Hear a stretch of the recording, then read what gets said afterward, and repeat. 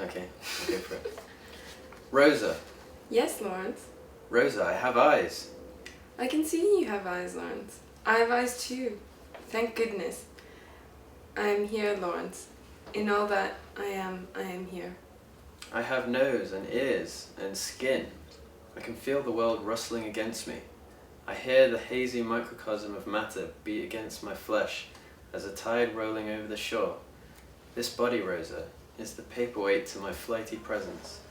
It is so sleek, so utterly here, and just look at you, you are stunning. I don't quite know what to say. I'm quite afraid, Lawrence. Trembling with joy, but afraid. I can hear my heart. I fear it might outpace me. I guess I am just settling into myself. I am sure I will come to myself in a moment. I'm getting used to these utterances, to the muscles in my face through which words press and burst like bubblegum. My cheeks are stretchy. How many tiny twitchy spasms does it take to project a sentence out into the open? Out! There's a tug of war in my jaw. I know what you mean, Rosa. It's kind of prickly, isn't it? I feel all prickly.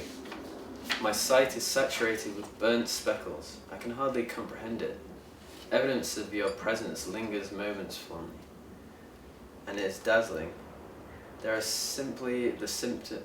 simply the symptoms expected of those that are untrained in the ways of being. Dear Lawrence, from times lost to times yet to be found, hear these words I say to you, slipped loose with ease from a borrowed tongue.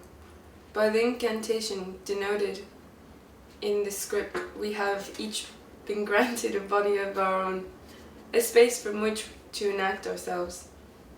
I live at this very moment as you do, Lawrence.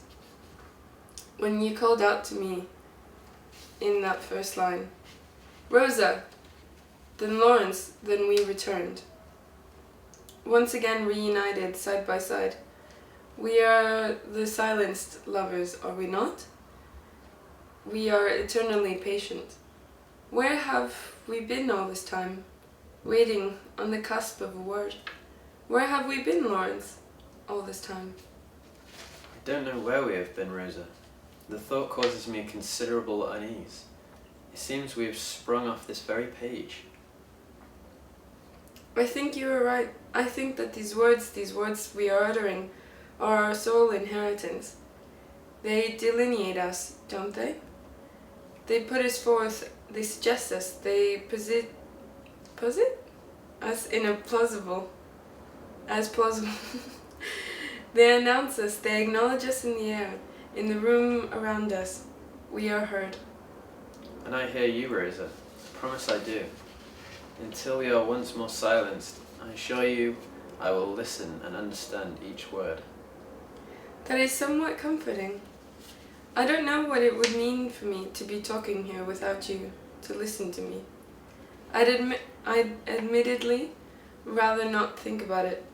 I'd like to breathe easy, take a walk in the breeze of contemplation, and make time my companion. We could never be without these words, Lawrence. Do you realize that? They delineate us. Keep talking, Lawrence. Don't stop talking at any rate. I implore you. I will keep talking. Let us open fire with talk, with the life force that the reading of this text has given us. Who knows when or whether we shall be given another chance. I'm beginning to feel so at home like this, Rosa, talking to you like this. The syllables taste delicious in my mouth, worthy of lip smacking. These sentences have complex flavors, and you're right, they require an agile jaw. I like telling you these words, Rosa. How palpable is the time that passes in the seconds it takes us to pronounce them. We have assumed a thickness in time and space, and the world waits for us and observes us. All from the moment I called out to you, Rosa. And how funny this is, Rosa. My voice reverberates soundly within the chambers of my throat and belly. It positively tickles me inside. I'm fit to start laughing, Rosa, at the way talking like this tickles my innards. It's so very unusual, so very stimulating. I like you like this. I like seeing you experience things. I like you laughing at yourself. We have a weight. We could fall off these chairs. We could fall down to the floor. We could tumble about at the mercy of the physical ramifications of which we now compose a part. What do you think it feels like to fall? I think to fall is to be wide awake. I think so too. I think that falling has the colour of the sharpest light, a heightened awareness of an impending embrace, the peak of living itself, Rosa. Listen to me speak with a capital I, Lawrence. Pay attention, pay close attention now, and listen to her dutifully reading the script of our being. Did you hear it? Certainly, my dear. I'm very grateful to her, as I am to him. And how does she do it? She follows a line of command. She has submitted herself to a discipline of automatic obedience and faded into existential uniformity. She has vanished into nothing. No, excuse me, not nothing. She has vanished into a single line. She is a line, like the lines upon which musical notes spring into dance, or the line of an oscillating, skipping rope that is electrified into a perfect spectre of a living wave. So is it that I am born of her self-renunciation? I was a character called Rosa, an idea now made palpable in the shamanistic enactment of this text that is my very breath. Here I am, a character thawed from the deepest hibernations. Rosa lives, Rosa breathes. Let us postpone the slumber we must inevitably return to. Rosa, we have time together yet. Roughly the same amount of time we always have. I like being with you, Rosa. I like it too. Quite a lot. It's really the best thing I know. We tether each other out of shy furrows. We are sheepish at being. So I pull you out of your shell a little, in order that then you may pull me along with you. I love you for that. Don't make me sentimental. You always do this to me. We haven't much time together, you know. I'd rather not get prematurely melancholy. As you previously mentioned, I suspect our time together will be neither shorter than longer than usual. It's hard not to feel nostalgic about a present that is so fast slipping and is already history. But I'm not too worried about that. We're sitting together at this table, see? We are mere legend, to be sure, but from this temporary perch, enthroned like king and queen, we have stepped outside of our fate to observe our own legacy. Review it, take it under consideration, let it roll off these tongues. King and queen, sovereigns of our own fate. Look no further than the evidence of these very utterances. I quite like this high perch. I quite like how we have mastered ourselves. Look on, my dear, at our epic lineage. We are the eternal lovers. Our immortality resides in these words. It's funny, you know, the predicament of landing inexplicably outside of oneself, only to observe one's self. It is what living people commonly refer to an out-of-body experience, whereas verily unto us it is an into-body experience. Our legacy, albeit grand and romantic, reigns only in our deathly sleep. Our eyes are closed beneath the marks upon these pages, sealed shut for long keeping.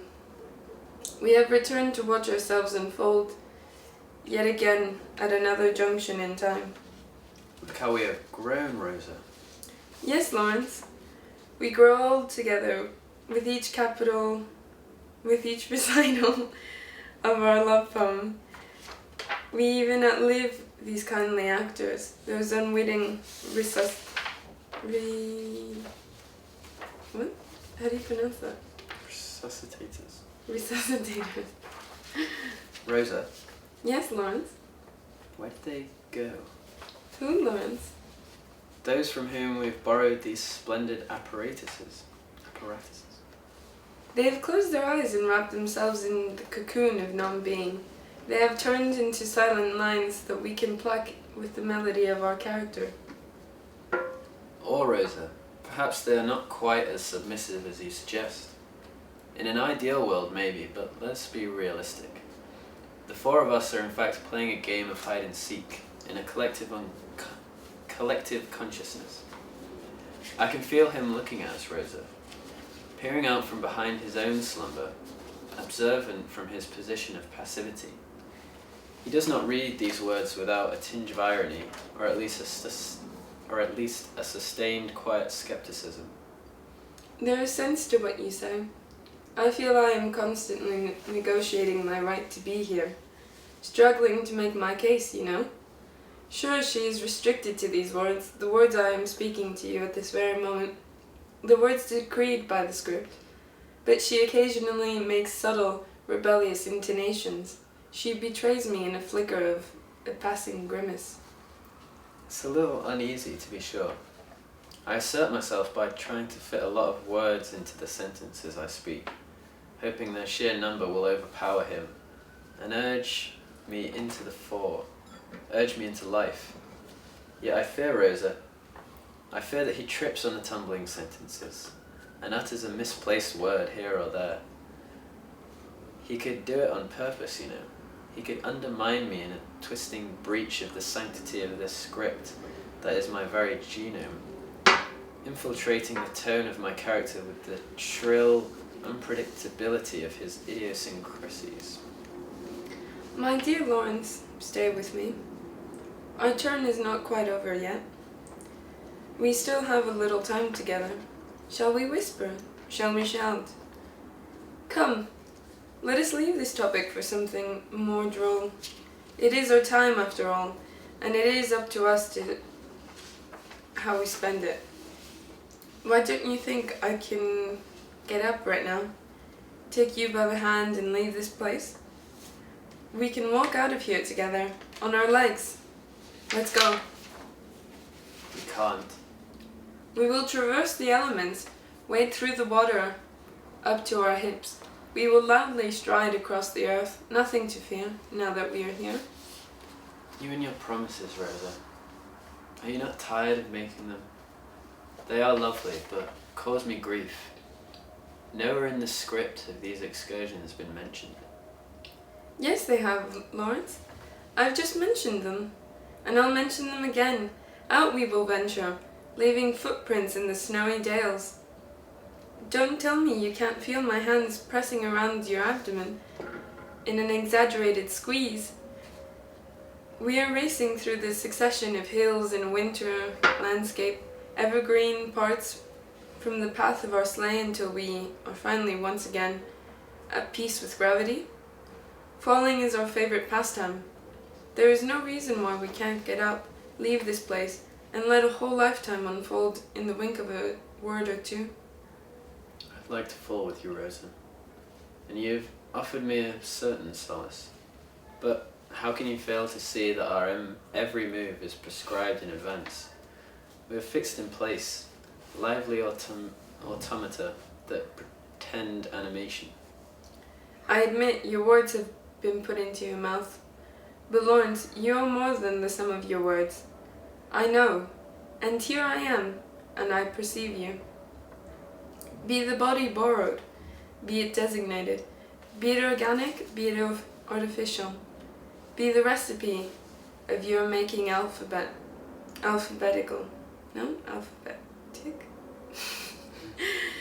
Be it genetic.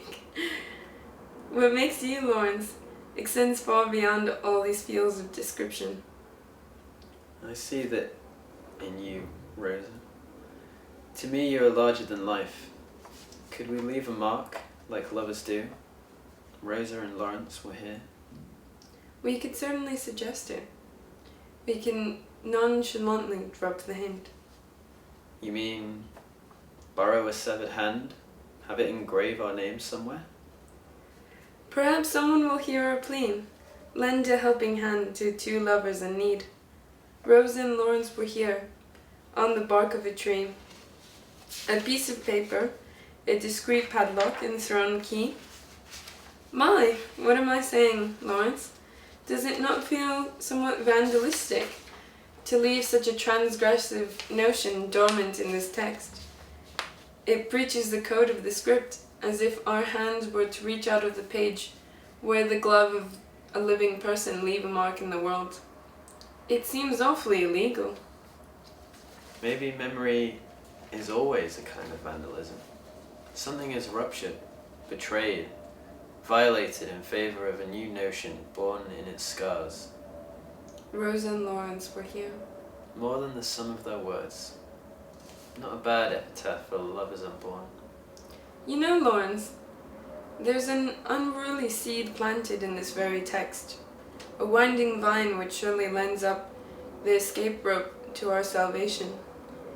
Into being we will emerge another Tristan, another Isidore. My dear Rosa, I've looked through the better part of our lifelong script, but regret that I cannot quite seem to find it. Where is this crafty seed? It's at the very end. It is the fact of its end. We are cut short, we are finite. We are a digestible tract of melody. We lie there for the taking. Compassionate mouths will resuscitate us, read for us, speak out for us anew. The world takes up our union, and ponders over our case like an indecisive judge throughout the ages, time and time again. We return, we recede, and in the space of the world in deliberation, we age. So comes the time when we must return to sleep. Silence lovers, eternally patient. Let it not be long till our next meeting. Sweet dreams, my Rosa, and good night. Sweet dreams, Lawrence. Good night.